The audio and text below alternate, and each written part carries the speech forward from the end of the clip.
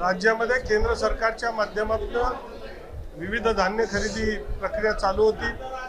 त्याच्यामध्ये केंद्र सरकारच्या माध्यमातून हरभरा खरेदी चालू होती। हरभरा खरेदी संदर्भात महाराष्ट्राला जवळपास 7,60,000 मेट्रिक टनाचा टार्गेट होता आणि 29 एप्रिलपर्यंत ही मुदत होती। 29 एप्रिलला मुदत संपली। राज्याचे माननीय मुख्यमंत्री महोदय यांनी केंद्र सरकारमध्ये शेतकऱ्यांच्या मागणीनुसार पाठपुरावा केला आणि काल जवळपास आपल्याकडे 60,000 मेट्रिक टन अधिकची खरेदी आणि त्याला 31 मेचा पर्यंतची मुदतवाढ ही आपल्याला मिळाली। आता महाराष्ट्रामध्ये अजून 60,000 मेट्रिक टन ही चणा खरेदी होणार आणि 31 मे पर्यंत ही मुदत वाढवण्यात आली। महाराष्ट्रामध्ये जवळपास 8,20,000 मेट्रिक टन ही चणा खरेदी याचं टार्गेट हे आपल्याला मिळालं असून आता पुढच्या काळामध्ये शेतकऱ्यांकडनं ती खरेदी होईल। त्याचबरोबर आपल्याकडे तूर खरेदीची सुद्धा मुदत आता 31 मे पर्यंत म्हणजे पावसाळा येईपर्यंत ही वाढवण्यात आली आणि जवळपास 950 विविध खरेदी केंद्राच्या माध्यमातून ही खरेदी चालू आहे। संबंध महाराष्ट्रामध्ये आता पुन्हा एकदा आपल्या हरभरा खरेदीला वेग वाढेल। खरं तर मुख्यमंत्री महोदयांच्या पत्रामध्ये आम्ही अजून त्याला काही लाख टन आम्हाला द्यावे अशी मागणी केली, परंतु केंद्र सरकारने जो आपला जुना टार्गेट होता तो आपल्याला वाढवून दिला आहे। आता पुढच्या काळामध्ये अजून टार्गेटसाठी आमचा प्रयत्न राहणार आहे, परंतु हरभरा खरेदी आणि तूर खरेदी यांची मुदत आता 31 मे पर्यंत आहे आणि 60,000 मेट्रिक टन अधिकचा चणा खरेदी शेतकऱ्यांच्या हितासाठी राज्याचे मुख्यमंत्री श्री देवेंद्र फडणवीस यांच्या प्रयत्नामुळे मिळाले।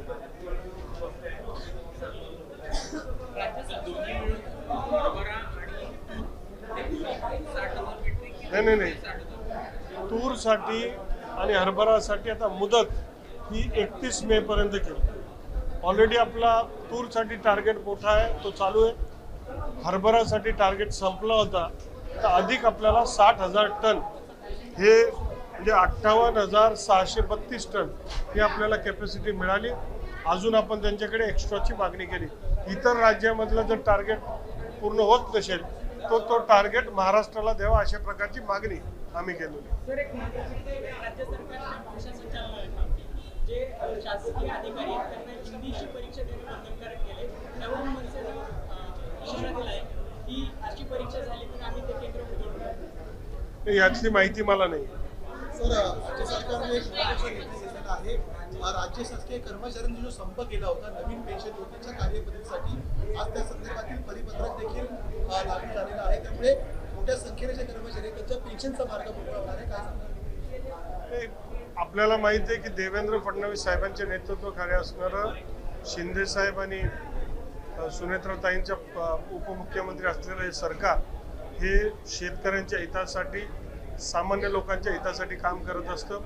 कर्मचाऱ्यांच्या संदर्भात देखील जे महत्त्वाचे निर्णय ते योग्य वेळी आमच्या सरकारने घेतले। अगदी पोलीस पाटीलपासून तर अनेक लोकांच्या पगारवाढीमध्ये सुद्धा मोठा निर्णय राज्य सरकारने घेतलेला आहे आणि आता पेन्शन असेल, इतर साऱ्या गोष्टी असतील, कामकाजाचा वेळ असेल, नवीन जे आपल्याला अनुकंपावर आपल्याला माहिती आहे की जवळपास 30-40 वर्ष अनुकंपाच्या बाबतीतले निर्णय झालेले ते सगळे अत्यंत पुरोगामी महत्त्वाचे निर्णय घेऊन 10,000 कर्मचाऱ्यांचा नोकरीचा मार्ग मोकळा झालेला आहे। राज्य सरकारमध्ये अनेक जागा खाली आहेत आणि हजारोच्या संख्येने मला वाटतं जवळपास 50-70 हजार कर्मचाऱ्यांना भरतीचा मार्ग हा मोकळा होणार आहे। त्याला अत्यंत वेगवान कार्यपद्धतीने या सगळ्या गोष्टी होणार आहे आणि त्याच्यासाठी अत्यंत पारदर्शक ही सगळी प्रणाली लागू केली। नवीन युवकांना, सुशिक्षित युवकांना राज्य सरकारमध्ये काम करण्याची मोठी संधी मिळणार आहे। त्याचबरोबर पेन्शनच्या संदर्भातला विषय सुद्धा राज्याच्या मुख्यमंत्र्यांनी योग्य निर्णय घेतलेला आहे। त्यांचं मी मनापासून धन्यवाद करतो, अभिनंदनही करतो।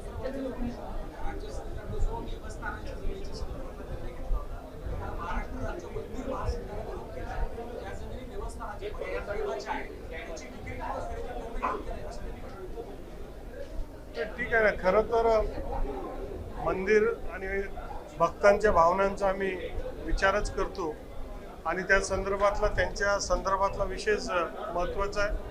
त्याच्यामध्ये मंदिरांच्या प्रॉपर्टी याचं रक्षण झालं पाहिजे, परंतु काही ठिकाणी जर अतिक्रमण होत असेल तर त्या संदर्भातलं सुद्धा भूमिका आणि धोरण घेतलं पाहिजे. परंतु मंदिर हे जपले गेले पाहिजे, त्यांच्या प्रॉपर्टी जपल्या गेल्या पाहिजे, अशीच आमची भूमिका आहे. धन्यवाद.